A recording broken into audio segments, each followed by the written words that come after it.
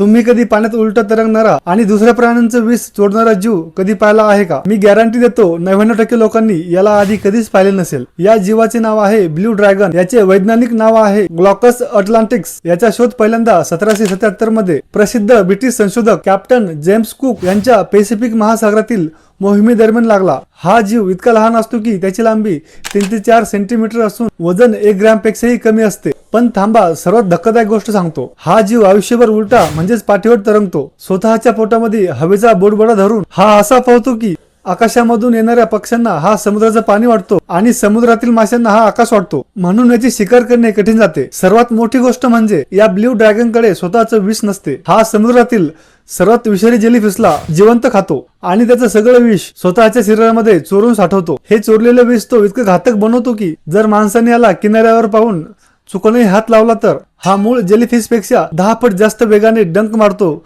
आणि जास्त विष सोडतो. त्या वेदनेने माणूस जागेवर कोसळू शकतो.